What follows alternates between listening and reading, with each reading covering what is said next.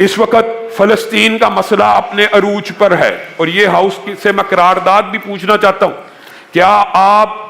اسرائیل کی ناجائز ریاست کو کسی بھی صورت میں، چاہے پاکستان کا وزیر اعظم کہے، وزیر خارجہ کے، ماننے کے لیے تیار ہیں؟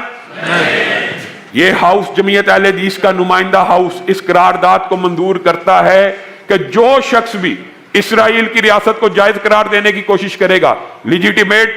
قرار دینے کی کوشش کرے گا، اس کو آئینی، قانونی یا اخلاقی ریاست قرار دینے کی کوشش کرے گا، جمعیت اہل حدیث اور پاکستان کے کروڑوں اہل حدیث اس کو مسترد کریں گے۔ اس بات کی تائید کرتے ہیں؟ دوسری بات یہ ہے کہ انشاءاللہ یہ مینار پاکستان کانفرنس بسلسلہ